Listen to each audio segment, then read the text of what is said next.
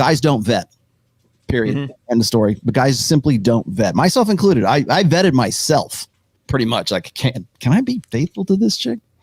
Yeah, she's pretty fun in bed. She looks good. She takes care of herself. I think I can be faithful to her. That was the extent of my vetting with my wife. Good thing that we both like have polarity. Good thing that I'm me and she's her, and things worked out really well, right? Yeah. Do you build a relationship?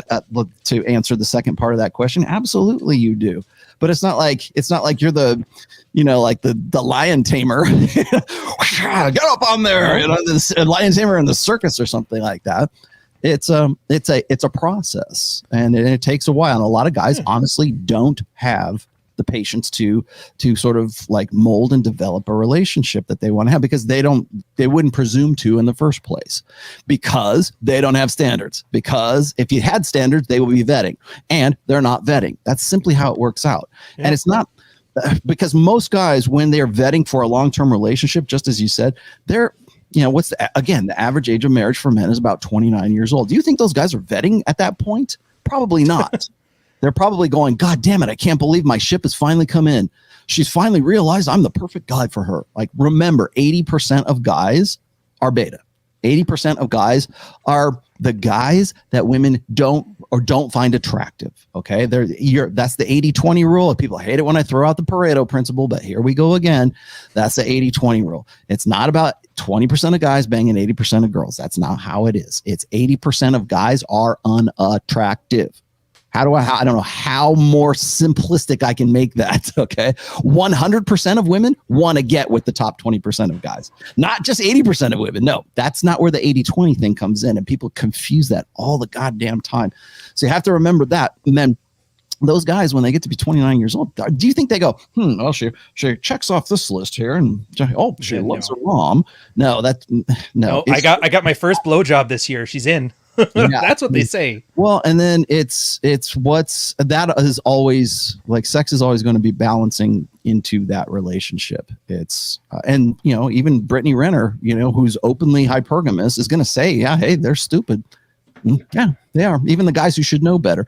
I wanted to also to tag that on there as well. Is like, a lot of guys will say you need to focus on your what is it, chase excellence. Sorry, Rich, but say chase excellence. I don't want to define excellence differently, but it's like, focus on yourself and get the bag and look for the paper and focus on you, right? Because you don't chase women. And okay, fine. But when you get to, like we were saying before on Rule Zero yesterday, when you get to the point where you are you're a quote unquote high value man in whatever your particular realm happens to be, once you get there, you happen to be a really good mark for people like this chick right here, for Brittany Renner. Don't you think that PJ Washington did exactly what you're talking about? Oh, he chased excellence. He did. He chased excellence, and he's excellent. And you know what? Makes a shit ton of money. As a professional athlete, he's got alpha in all the ways that matter. Everything you told him to do, but you know what? Tunnel vision. How do we know? Because he hooked up with Brittany Renner. That's why. That's how we know. So when you get to that point, I agree. I realize this is the apex example, but still, it's a pretty good illustration of what I'm saying. Is like, you can't just single-mindedly go, okay, I'm just going to go and build my business, and it's all about me, and I'm just going to get to the gym, and I'm going to be whatever. It's like, you still have to understand game, and you still have to understand women, or you will get rolled by a Brittany Renner. And not just that, psychologically, a lot of guys have that issue. When you have money, it's like, oh, does she like me for me, or does she like my money? Mm-hmm. And they don't know, because they have no frame of reference. That's why I think we talked about it before, like a year ago. You need to be that guy who slept with a girl with a mattress on your floor. Because that way, she didn't like you for your money. She didn't like you for your home. She didn't like you for anything. There was nothing there but you and a mattress and a flat sheet. Right. If you don't know what that sex feels like, then when you meet a girl while you're rich, you're never going to know if you're getting the girl that likes you or the girl that likes your lifestyle.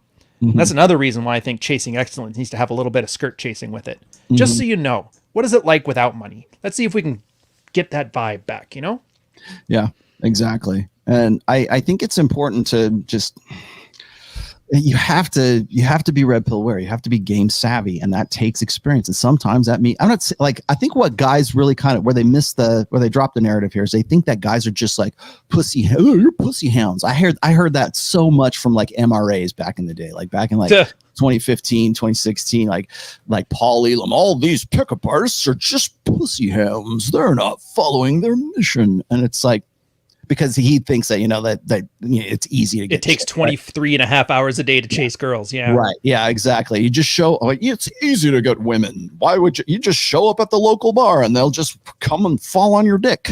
And it's like, no, dude, you need to have an education, a well-rounded education, and, make money, make muscles, learn game, right? If you have that, have the trifecta there to some degree anyways. I just hate those guys who think it's a time thing. Like, case in point, my heaviest sailing schedule where I first learned pickup, we sailed 189 days out of the year. That means I'm out 24/7, 365. I didn't have a weekend. I didn't have a day off. My afternoon usually was spent doing fire exercises.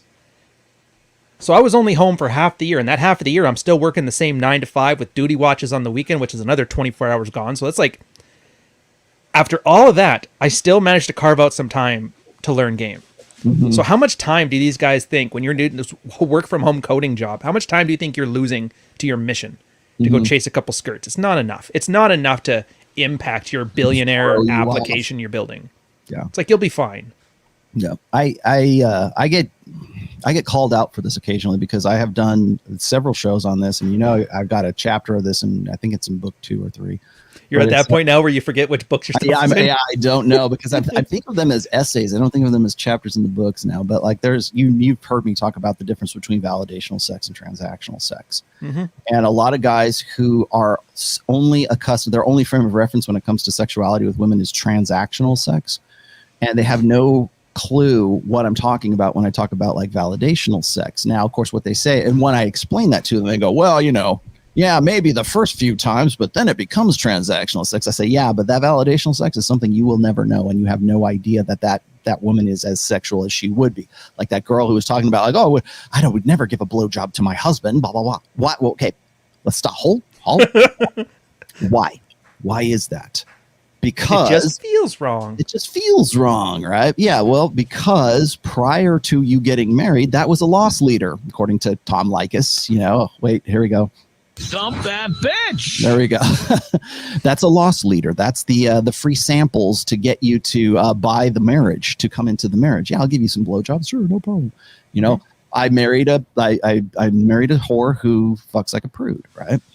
And so that part, when it comes to like what you think is, I mean, is she a good performer, or is she just like, is she really into it?